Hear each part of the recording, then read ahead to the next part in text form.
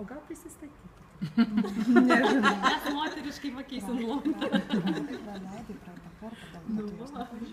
Esu Rūta Mikulėnaitė Jonuškienė, gyvenu Glazge jau 11 metai, tačiau kaip kūrėja, kaip poetė savo eilėraščius skaitau antrą kartą čia.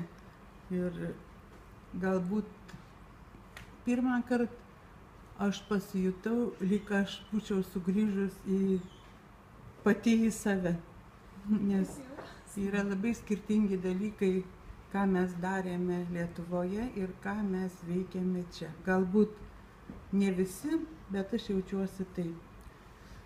Taigi norėčiau paskaityti šią progą spaudos atgavimo, laisvo žodžio, knygos šventės, žurnalistikos dienos progą savo eilėraščių. Pati aš esu uteniškė, taigi pradėsiu nuo eilėraščių apie Uteną.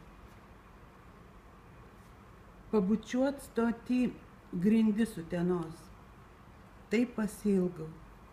Viešpatis iš debesų šaligatvius ašarom vilgo, saulė šalpusnio akim pro grindinio properšą žiūri.